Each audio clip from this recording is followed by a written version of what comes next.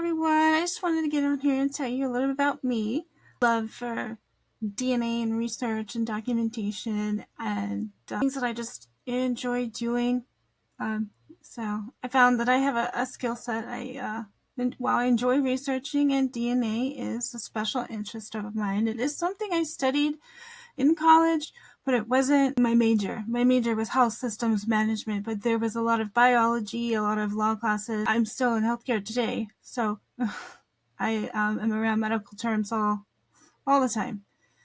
So, but also DNA is like bioinformatics. It's kind of rolled into that arena with documentation in health and science and forensic science too. It all kind of goes together. So I just kind of naturally fell into researching DNA and trying to explore the little pockets that may be ignored. And I think it's really important to understand because DNA is not just DNA anymore. It surprises me how many people out there do know that transfer DNA is different. It's not your typical bodily fluid. It can be a bodily fluid. It can be oils, but it's mostly skin cells. But it's not potent like blood, sweat, semen, saliva, that kind of thing. So it doesn't give us as much information, and it's highly unreliable. And a lot of times that's why it's not used more often. They kind of use it as like a last resort for cold cases, which absolutely these cold cases, they need technology like that.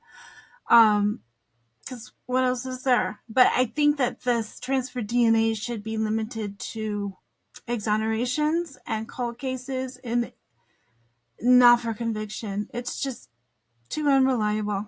So one of the classes I took got me into research and DNA, and that class has never left. I still use these skills today. One of my favorite classes was strategic management for healthcare planning, and the teacher would have us look up an article or two a week and write a paragraph or two about it. And she said that it's always good practice just to keep current, even if you don't go into healthcare. So I always used to look up either health tech or DNA. And at that time, we were only allowed to use edu.gov, sometimes .org. They had to be scholarly journals mostly. So I've been so used to just getting in there, getting the scholarly journal that I need, summarize it, and get it out. And it actually became a hobby of mine. And so over the years since I graduated, I still do that to this day, off and on, but it's been on overdrive since this Brian Kohberger case happened. Yeah, that is part of the reason why I got into this, was because I knew that they were talking about DNA, the mainstream media, and I knew it was wrong. I was always taught in school, it is not touch DNA, that is not accurate, and because that doesn't accurately describe what this is. It transfers, whether it touches something or not, it's moving. And the term touch DNA came from a prosecutor that wanted to convince or influence the jury that the defendant touched a key piece of evidence. And at the time, touch evidence or transfer DNA was a new concept. It's still sort of new now. We still don't know a lot about it, but at the time, even less was known. And so it was this revolutionary, like new kind of technology, latest in biomedical research. It was exciting the way that they, I mean, you've seen CSI, the CSI effect. They made it glamorous. However, I still read scholarly journals to this day where they do use the term touch DNA, and I cringe. These scholars should know better. I do think touch can be a type of transfer. It's not a catch-all. And the only reason why I say that is because touch DNA is one of these terms that has been adopted by society, and it might be one of those terms that you can't unbreak that relationship. However, we do not know how it was transferred to the button on the knife sheath. There are many different ways DNA can transfer. And I question the method that law enforcement used to come to their conclusions that they were able to identify that DNA, especially something that is so small. You can't see it with the human eye. You can't even see it initially in a microscope. You have to blow it up several times. I'm sure a lot of us have experience in blowing up the pics that we take on our phones. A lot of times you lose clarity and they become blurry. And you can blow an image up so large that you can see dust particles. But when you see those dust particles, sometimes those are bigger than whatever specimen they are looking at underneath the microscope. And especially in the case of transfer DNA, the dust particle is going to block some of that information. So some of the interpretation that comes in has to be reading the information all around it to kind of figure out what could be behind that dust particle.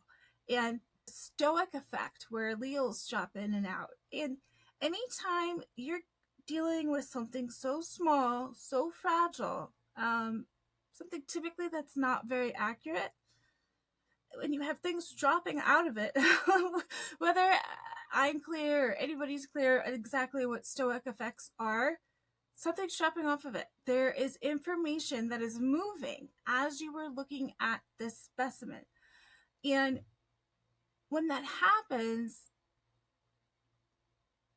it does become this battle of the experts, because it's like, who has the better argument here on what's more plausible when you're looking at a specimen or biomaterial and there's things dropping off of it. I personally have a huge issue with this transfer DNA. Part of why I'm here. I am not a typical expert. I've had a special interest in biology and DNA since college. I am not an expert in your typical sense, but I do have that special interest, and I have research skills. I do think I'm above average in the research arena, just because I enjoy it. I've been doing it for how many years? But yeah, and like anytime I research something, I always put in where I found that information, so that if anybody wants to read more or just look at what I was looking at, there you go, you got a link. I do forget occasionally, so just remind me if it's not in there, I'll grab it. Since I'm not exactly an expert in the court process, although I do follow it closely, and that's another one of those things that anytime there was an elective or any type of volunteer thing, I would either take history or law classes. It had an impact on me. So anytime there was to take a law class, I did. I mean, it wasn't like first year law, the rules of evidence or anything, but you know, every little bit helps. And one of the high schools that I went to, they had a law and public policy program. I didn't have to apply because I wasn't in it, but I didn't have to apply because I was in the district for the public school. So they had their own courtroom. So that high school was very focused on law, and you could pick as your electives those classes that the magnet school would take. And so I did. I took a few of those. They were great. I loved them. And then I took law when I was in school for the health systems management. There were several law classes. There was one in particular, law and healthcare policy. There was law and risk management. There was a lot of things that went into where I do have experience in learning about the different areas of law and how they relate to healthcare policy, government policy, regulations, and state law, and how health insurance is processed. Been very interested in health biology, informatics, bioinformatics for, gosh, as long as I can remember. I My aunt is a nurse, and I started to suffer from migraines since I was 8. Oh god, they're horrible. I had one yesterday. I wasn't feeling too well. I have the debilitating kind where sometimes I can't get out of bed. My head feels like it's ripping out of itself. But so my aunt would always help me a little bit and try to help me like understand or give me ways that I could like soothe myself, because these migraines are painful. So I had a chance to research something, I'm like, oh, well, my head hurts. Let me see, like what I can research and everything. So I've been researching forever. Just research. Documentation is really important. And what I do for a living, documentation is everything. It has to be flawless. If it's not, the insurance company will bump it right back out, and they won't pay your claim. So I'm around medical terms all day long. A certain level of understanding biology, DNA, and research. But like I said, I think we need people like me out there who, I'm not an expert in law, not an expert in DNA. I think I'm like one step removed where from what I can absorb, I can help others kind of piece together, what does this mean here? And of course, I'm not always right. I don't always get it right, but sometimes I do have a clear understanding what's going on when it happens to come to transfer DNA. It, I was like, oh my gosh, like I remember learning about this DNA in college. Like, let me just brush up to make sure what I'm seeing here is matching what I know I read while I was in school. Like I probably still have the book somewhere around here. And so I started to just brush up, like, yeah, I got that. Yeah, I got that. I remember that. Oh, may not have gotten that part, but let me just read that a few times. And so it all came together very quickly. And when I first started, I started on Twitter. I know a lot of you have met me from Twitter. I love Twitter. I love talking to you. Twitter is a good time. Yeah, so I just started to put out articles that were on Twitter where I could explain what transfer DNA is and what it is that the mainstream media is getting wrong. Like, they're not talking about this DNA correctly. They're not talking about how dangerous this transfer DNA increases wrongful convictions, I believe, 100-fold. I do not think that it should be used because of its very nature, that it travels, and science today cannot, they cannot tell you exactly when DNA got there. Sometimes they can explain or give a good example of how it got there, but then other times there's no explanation of how it got there. Lucas Anderson, his case is fascinating. He was a 25-year-old man, homeless. He drank a lot. He was drunk a lot. I think it was a woman who was murdered. The forensic techs, they found his DNA on her fingernails, on them. I always get that wrong. I say it was under them. No, from what I've been reading, it's on them, which I assume to be on top, not under, or they may have specified under. But anyway, they used the word on the fingernails. So law arrested him and they pursued him. So his lawyers were around, and Anderson said something like, yeah, I'm drunk a lot, so maybe I did do it, but I don't remember doing that. And then I'll delete the article, so funny. And then his attorney was like, shut up, like, don't say that. And eventually his attorneys looked into it, and Lucas Anderson was under a physician's care at the time of the murder. Like, it's in his medical records that he was in the hospital, and the doctors were probably interviewed, like, did you have this patient? And the doctors confirmed, yeah, that patient was under my care. There's no way this person was at a crime scene. And so eventually they realized that Anderson was in the ambulance earlier that day, from when I guess the ambulance had picked up the bodies at the crime scene, and so there was contamination there. The only reason why we know of a time for that is because all of that is documented. You're going to get an ambulance bill if you ride in the ambulance. There's certain rules about that. So people mistake it. I got a bill from the ambulance company, and they're calling the hospital. Like, I got a bill from okay, call the ambulance. Like, they're independent, but I don't know. People get upset. They're like, wait, you don't do the billing? No, it's different anyway. So yeah, if you're an ambulance, you probably get another bill, but that's beside the point. There you go. Documentation again was needed in that situation because transfer DNA is not. And there was another one. Oh gosh, I don't remember exactly what it was. DNA, like, I guess, in a wall, and so the law enforcement went to go pursue that DNA at the crime scene, and it was a former convict. So, like, I guess he was in CODIS. Then they went to go talk to him further, and they realized that he was already dead. So the the in the article is, I think, appropriately named zombie DNA. So now you have science questioning, why are police pursuing DNA of a dead person? Which brings me back to my point. Transfer DNA can be uh, delusional, for a lack of a better word. It distorts how law enforcement would typically think a crime scene works. And for whatever reason, the golden ratio, the golden rule is, okay, there's DNA at the scene, you must have did it. No, science doesn't work that way anymore. And I've written so many things on Twitter about how science has surpassed that notion of your DNA was found at a crime scene, so you probably did it. It doesn't work like that anymore, and actually, that's very detrimental to the U.S. judicial system as a whole, because it has to go back and fix itself. Because a lot of times, this transfer DNA is a leading cause.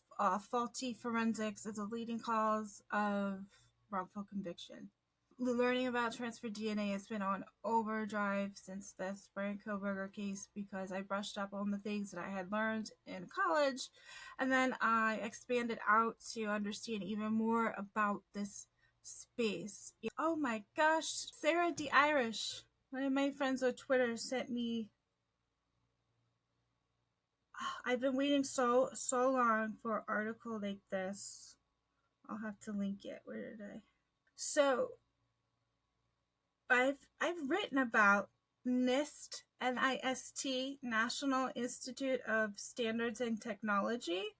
It's a borough of the U.S. Department of Commerce. We don't have much protection of our data, whether it's cell phone data, DNA data, even the way that these experts interpret data. There really isn't any safety board there. There's no government oversight bodies to regulate how DNA interpretation is taught, how it's practiced, and the different methods all over that arena. And so my friend on Twitter, she sent me this, where there was a government body, or an oversight body, called the Expert Working Group, EWG for short, EWG. Now, they got together and they used a systems approach to conduct a scientific assessment of the effects of human factors on forensic DNA interpretation, with the goal of recommending approaches to improve practice and reduce the likelihood and consequences of errors. Excellent. Excellent, excellent. I think we need more of these oversight bodies. So it also says this work was sponsored by the National Institute of Justice, Office of Investigative and Forensic Sciences, and the National Institute of Standards and Technology, Special Programs Office. Goals here: the potential for cognitive bias and how to reduce it, DNA transfer, persistence, prevalence, and recovery, work environments and management and leadership structures and how they can impact productivity and morale, building a more equipped workforce through investment in centralized forensic education and training, How forensic science service provider management and leadership can foster a culture where errors are seen as a learned opportunity and not treated punitively. Future research and funding directions in forensic DNA interpretation. This report serves to educate both forensic science service providers and criminal justice partners. Example, legal practitioners, law enforcement investigators, parent organization leadership, forensic science educators. That's great. So they are the Expert Working Group, EWG. The study of human factors in forensic science informs our understanding of the interaction between humans and the systems they use. Fascinating. The Expert Working Group, EWG, on human factors in forensic DNA interpretation used a systems approach to conduct a scientific assessment of the effects of human factors on forensic DNA interpretation with the goal of recommending approaches to improve practice and reduce the likelihood of consequence of errors. This effort resulted in 44 recommendations. The EWG designed many of the EWG designed many of these recommendations to improve the production, interpretation, evaluation, documentation, and education of the DNA comparison results. Awesome. Okay, here's the description. Forensic DNA interpretation is widely regarded as a critical tool in modern criminal investigation, often seen as the gold standard of forensic evidence due to its potential to help link individuals to crime scenes. The process begins with the collection and preservation of DNA samples from blood to skin cells, which then are subjected to extraction, quantification. Then the process begins with the collection and preservation of DNA samples from blood to skin cells, which then are often subjected to extraction, quantification, and profiling through methods like polymerase chain reaction (PCR) and short tandem repeats (STR) analysis. Interpreting and comparing DNA profiles may then help to identify a person of interest or help to exonerate an innocent person. However, the reliability of forensic DNA interpretation is not without question. Issues of contamination and the complexities of interpreting profiles, especially in cases involving degraded DNA or mixtures from multiple individuals, introduce the potential for error. Furthermore, there is significant variation in how different forensic science service providers collect, interpret, and communicate DNA results, as well as how DNA analysts are trained and monitored. The EWG first convened in February 2020 and comprised of an international group of forensic science experts. The EWG first convened in February 2020 and comprised of